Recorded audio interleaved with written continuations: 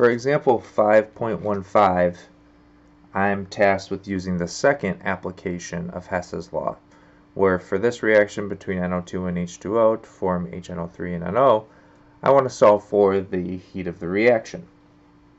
But now, instead of being given a series of equations to solve for the heat of this reaction like I was in the previous example, if you look on slide 95, I'm given some heat of formation reaction. So now, to solve for the heat of this reaction, I use the other application of Hess's law, right? The delta H of a reaction is equal to the sum of the stoichiometric coefficients times the heat of formation of the products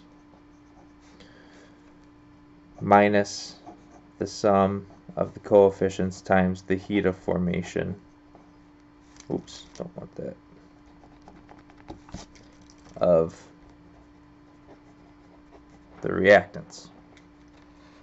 Okay, so what does that look like? Okay, that means I take all of my products, okay, in this case HNO3 and NO, multiply their heat of formation values times their stoichiometric coefficients, and I add those all up.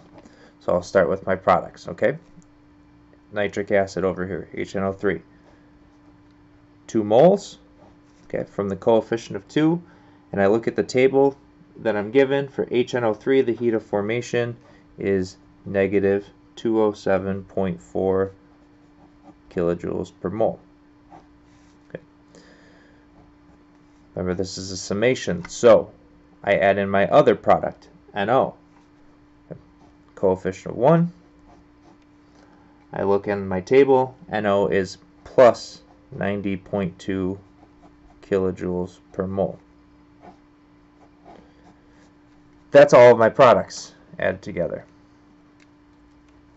And I do that minus the same thing for my reactants. I'm going to run out of room, so I'm jogging down here. My reactants, 3 moles for NO2. I look on my table for NO2. It's a plus 33.2 kilojoules per mole. Plus my other reactant, H2O, which is just 1 mole, times from my table 285.8 kilojoules per mole.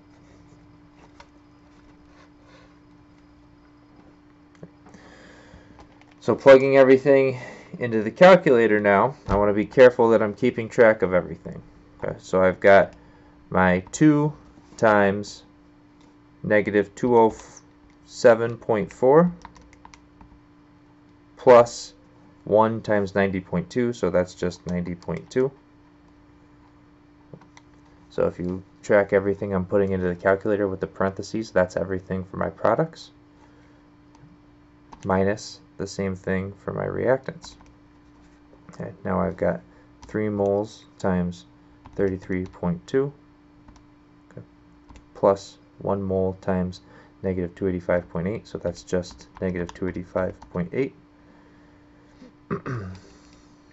And I get a final answer, heat of this reaction, of negative 138.4, final units of just kilojoules, because notice for each time we went through these, the moles were canceling out, and I'm just left with kilojoules.